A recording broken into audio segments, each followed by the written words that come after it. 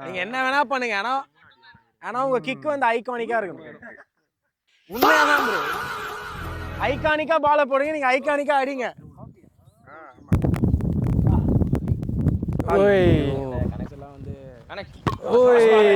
சக்கி பின்னாடி தான் இருக்கணும்.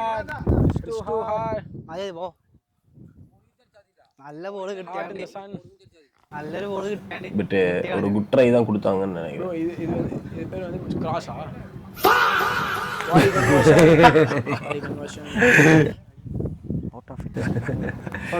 அது மாதிரி நிறைய பார்த்துருக்கீங்கன்னு நினைக்கிறேன். இந்த மேட்ச் என்னன்னே தெரியாது, ஒருத்தவன் நின்றுட்டு இருக்கானா.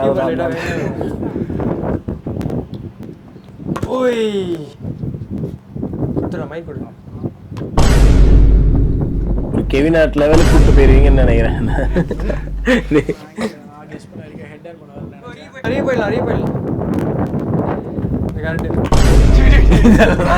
இந்த ஷாட்ல நீங்க டெலீட் பண்ணிருங்க. ஆக்சுவலி ரொம்ப கம்மி, அடிக்கவே இல்லை ப்ரோ. டெலீட் பண்ணிருங்க எல்லாமே.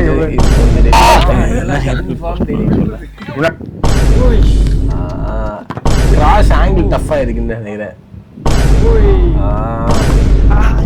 ஓஹோ, இது பேட் ராக்கெட்டா இருக்கு. ப்ரோ கன்வெர்ட் பண்ணிட்டாரு, சந்தோஷம். ஹேண்ட் ஆன் ப்ரோல கன்ஃபார்ம் அடிப்பான். Close call, not bad. இதுலயே நீ பார்த்தனா வண்டி லைக் எதிரால தெரிஞ்சிடும். வெரி பேட், மாட்டவே இல்லை. கன்வெர்ட் பண்ணலாம். Just comes down. அவங்களோட பால் எங்க வருதோ அதுக்கு ஏற்ற மாதிரி அவங்க பிளேஸ் பண்ணணும் ஃபர்ஸ்ட்.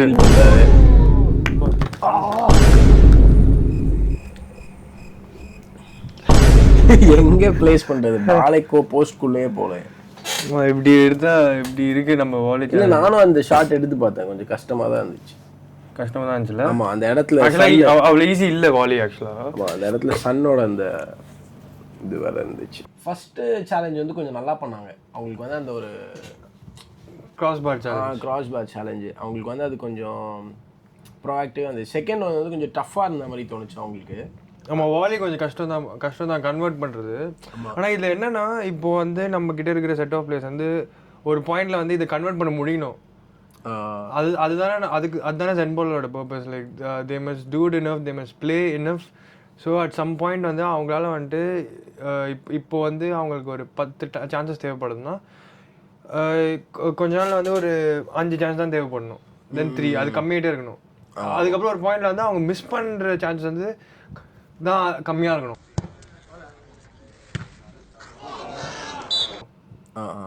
அடிக்கிறது தான் அதிகமாக இருக்கணும். ஒரு 5 ஷாட்டில் வந்து நான் 1 தான் மிஸ் பண்ணுறேன். ஸோ அங்கே இது it just comes down to technique and ultimately வந்துட்டு daily being in touch with the game.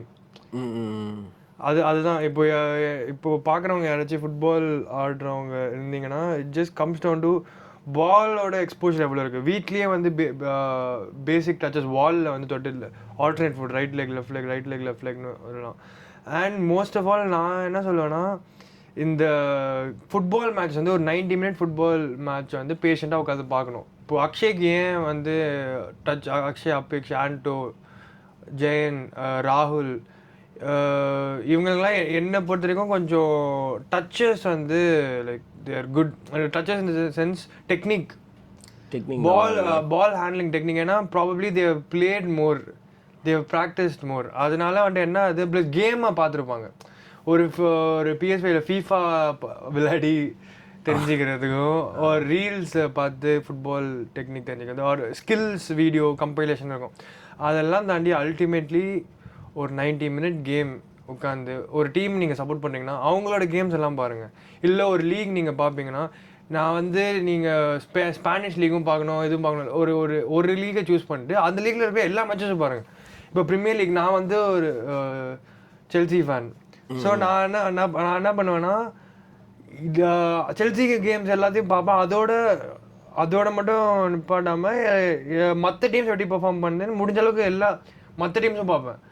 அதுலேயும் டாப் 4 டீம்ஸ் மட்டும் இல்லாமல் அந்த ரெலிகேஷன்லாம் வந்துட்டு டிமோட் ஆவாங்கல்ல சில டீம்ஸ், அந்த ரெலிகேஷன் பேட்டிலையும் பார்ப்பேன். ஏன்னா அங்கேயும் அந்த மாதிரி டீம்லாம் பார்ப்பேன். ஐயோ நான் வேற நெதர்லாண்ட்ஸ்ல தானே இருக்கேன். அயாக்ஸ் எல்லாம் ரெலிகேஷன் டீம் இல்லடா, அது one of the top teams in அப்படியா? நெதர்லாண்ட்ஸ். கொஞ்சம் சுமாரா அயாக்ஸ் யோன் கிராய்ஃப்லாம் விளையாடி இருக்காரு. அயாக்ஸ்லாம் சும்மா கிடையாது. ஸோ ரெலிகேஷன் இப்போ ரெலிகேஷன் மேல டீம்ஸ்னா தே வில் பி குட். அங்கேயும் கத்துக்கிறதுக்கு கொஞ்சம் விஷயம் இருக்கும். லோ பிளாக்னு சொல்லுவாங்க. அட்டாக் பண்ணாம ஆப்போனன்ட் டீமோட மிஸ்டேக்ல கேபிட்டலைஸ் பண்ணுவாங்க. ஒரு நல்ல டீமோட ஆடும்போது அவங்களுக்கு தெரிஞ்சிடும் இனிமே அவங்க தான் டாமினேட் பண்ண போறாங்க. அவங்க எப்பயாச்சும் ஒரு வாட்டி அவுட் ஆஃப் பொசிஷன்ல ஸ்லிப்பர் வரைக்கும் பொறுமையா டிஃபெண்ட் பண்ணி சிமெண்ட் வால் கட்டிடுவாங்க. கோல் போஸ்ட் கிட்ட கட்டிட்டு அங்கேயே வெயிட் பண்ணுவாங்க. அவங்களோட மிஸ்டேக்ல வந்து கேபிட்டலைஸ் பண்றது தான். அதுவுமே வந்துட்டு நம்ம சம்திங் டு லேர்ன். ஏன்னா வந்து எல்லா கேம்லையுமே வந்துட்டு நம்ம ஒரு எக்ஸ்ட்ராடனரி டீமாக இருந்தால் கூட ஃபேஸஸ் ஆஃப் கேம்ஸ் இருக்கும். ஒரு முதல் 10 நிமிஷம் மாதிரி ஒரு ரெண்டாவது 10 நிமிஷம் இருக்காது. மேபி அவங்களுக்கு ஒரு மொமெண்டம் கிடைக்கும். ஒரு டீம் வந்து ஈக்குவலைஸ் பண்ணும்போது அவங்க அந்த மொமெண்டம் நம்ம எப்படி ஹேண்டில் பண்ணணும்னு தெரிஞ்சுக்கணும்னா நம்ம வந்து ஒரு 90 மினிட் கேம் தான் பார்க்கணும். ஒரு 2 நல்ல டீம் விளையாடும்போது ஒரு 40 மினிட்ஸ் ஒரு டீம் டாமினேட் பண்ணலாம்.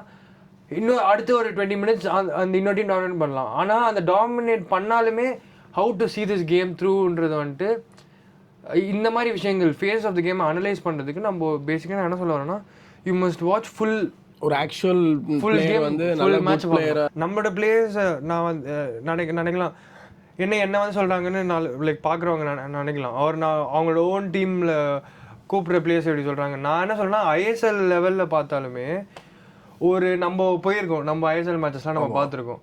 இப்போ அதுலேயுமே பார்த்தா கூட பிளேயர்ஸோட டச்சஸ் வந்து பெரிய சொல்லிக்கிற மாதிரி இருக்காது. ஆமாம், நம்ம போனோமே பொசிஷன் எங்கே நீயே சொல்லு. ஒரு அது வந்து ஏதோ ஹிந்துஸ்தான் எஸ்ஆர்எம் மேட்ச் மாதிரி தான் லைட்டாக வந்துச்சு.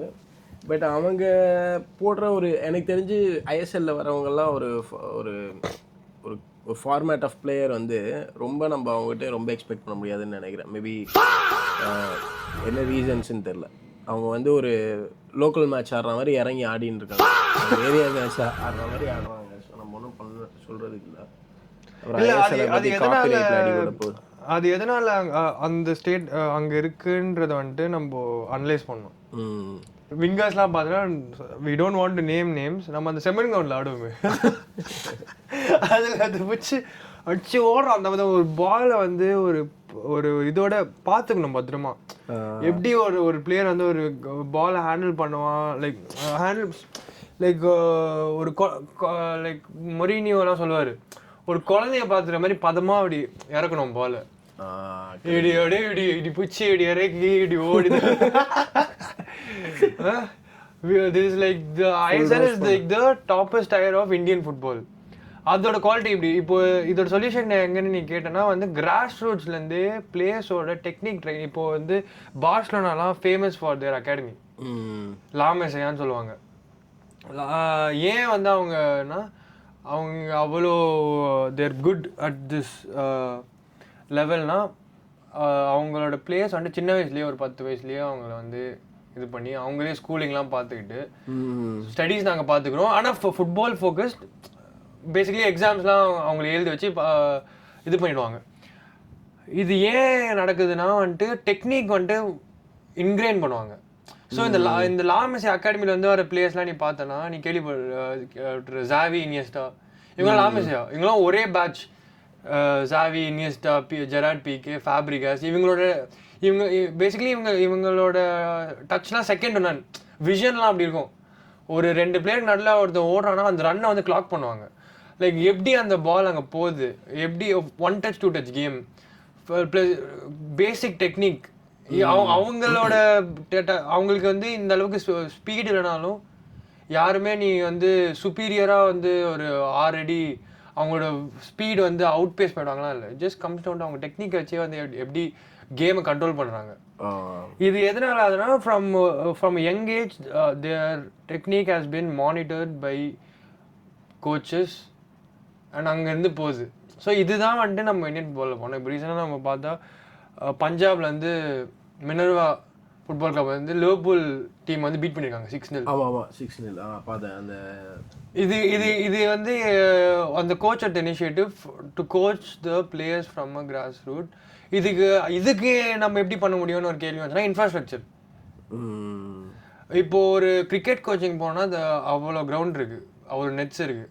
ஒரு ஃபுட்பாலருக்கு வந்து ஒரு கிரவுண்ட் இருக்கா, ஒரு கிராஸ் கிரவுண்ட் இருக்கா? இந்தியாவில் வந்துட்டு ஃபுட்பாலுக்கான அந்த எப்படி சொல்கிறது அந்த பேஸே இல்லைன்னு நான் நினைக்கிறேன் ரொம்ப நிறைய இடத்துல. அது ஏன்னு எனக்கு தெரியல. பட் வந்துட்டு நீ என்ன நினைக்கிற? அந்த அது ஏன்னா வந்து ஃபர்ஸ்ட் ஆஃப் ஆல் அதோட ஸ்கோப் வந்து தெரியல. கிரிக்கெட்னால இருக்கும் ஸ்கோப் இல்லை. இப்போ கிரிக்கெட் என்ன மேட்டர்னா வந்துட்டு like we can't blame the audience also. அவங்க அதுக்கு எக்ஸ்போஸ் ஆனாதான். இப்போ பிரேசிலில் போயிட்டு நீங்கள் கிரிக்கெட் சப்போர்ட் பண்ணுங்கன்னு சொன்னால் பண்ணுவாங்களா? மாட்டாங்க. அவங்களுக்கு கிரிக்கெட்னாலே மேக்ஸிமம் என்னன்னு தெரியாது. மேக்ஸிமம் என்னன்னு தெரியாது, புரியாது. ஒரு பாயிண்ட் வேறு T20 புரிய வைக்கிறதுக்கே முடிஞ்சிடும். டெஸ்ட் மேட்ச்லாம் நீங்கள் இப்போ வந்து அதே மாதிரி யூ கான்ட் பிளேம் ஒரு பாயிண்ட். You can't tell the fans like நீங்கள் தான் ஃபுட்பால் சப்போர்ட் பண்ண மாட்டேங்கிறீங்க. ஆனால் we are not as bad like let's say Brazil football cricket push பண்ணுற அளவுக்கு இந்தியாவில் கஷ்டமாக இருக்காது. But it just comes down to அந்த பிளே. இந்த மாதிரி பிளேயர்ஸ் நம்ம ப்ரொடியூஸ் பண்ணோம். இப்போ ஒரு எம்பாபேக்கு ஈக்குவலாக இந்தியாவில் ஒரு பிளேயர், இப்போ ரியல் மேட்ரிட் ரெப்ரசென்ட் பண்ணி இந்தியாவில் ஒரு பிளேயர் இருக்காங்க. ஓகே. அப்போ வந்து அந்த பாயிண்ட் ரீச் ஆகும்போது football and cricket will be hand in hand. Maybe இப்போ அதோட ஒரு வெரி குட் எக்ஸாம்பிள் நான் என்ன சொல்லுவேன்னா England has a decent good cricket team which wins world cups, which wins test matches. But at the same time they have premier league. இது ஏன் வந்து இந்த பேலன்ஸ் அட்டைன் பண்ண முடியுதுன்னா, and they have very good team. அவங்களோட national team ரொம்ப நல்ல. இது எங்கேருந்து ஆரம்பிக்குதுன்னா அவங்க எந்த அளவுக்கு வந்துட்டு கிரிக்கெட் இன்ஃப்ராஸ்ட்ரக்சருக்கு, இத்தனைக்கும் கிரிக்கெட் தான் அவங்களோட நேஷனல் ஸ்போர்ட், ஒரு சப்போர்ட் பண்ணுறாங்களோ ஃபுட்பாலுக்கும் தேர் ஆர் ஸ்டேடியம்ஸ். இப்போ என்னன்னா வந்துட்டு பேங்க்ரப்சிக்கு போது ஐஎஸ்எல்னா அது அவங்கள ஒரு மினிமம் ஒரு அமௌண்ட் போட சொல்கிறாங்கல்ல, அது ஒரு பிளேயர் ஆட் பண்ணி சம்பாதிச்சுட்டு போவோம்.